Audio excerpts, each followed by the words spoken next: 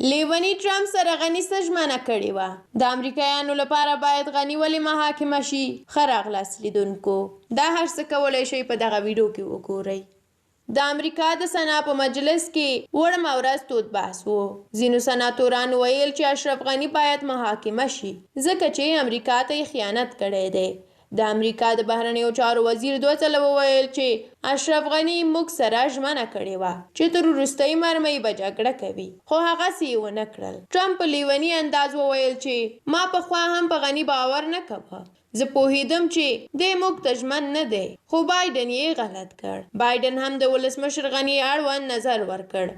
هغه وویل چې ما سره یې 2 اونۍ وړاندې کلکه ژمنه کړې وه چې جګړه کوم. ما هم د ملاتړ ډاډ ورکړی و، خو دی وتښتېد. دا څو ورځې د امریکا رسنۍ ډېر دقیق څارم.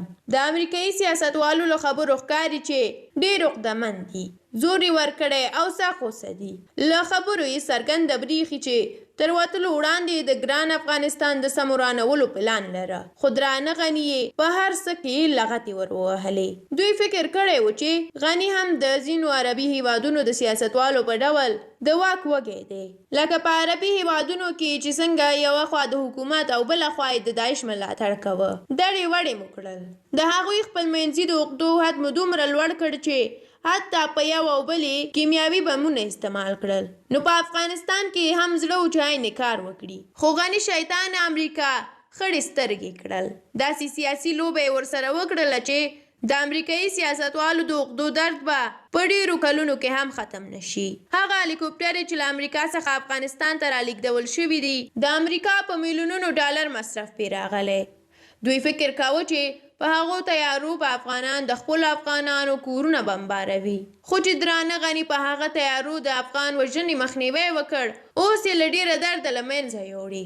زه چې دا څو ورځې د بایډن او ځینو نورو امریکایي سیاستوالو عقده‌يي خبرې اورم او لولم، زړه مې له ډېرې خوشحالۍ څخه په هوا شي. حتی له غني هم په زړه کې په ارامه د مننې کلمه زمزمه کړم. امریکا فکر کړی و چې دا شیطاني سیاست یوازې دوی کولی شي، خو د ازل غني قانع کړل چې ستاسې په ډول نظامي قدرت نه لرم، خو په سیاسي لوبه کې مې باید شاګردي وکړئ.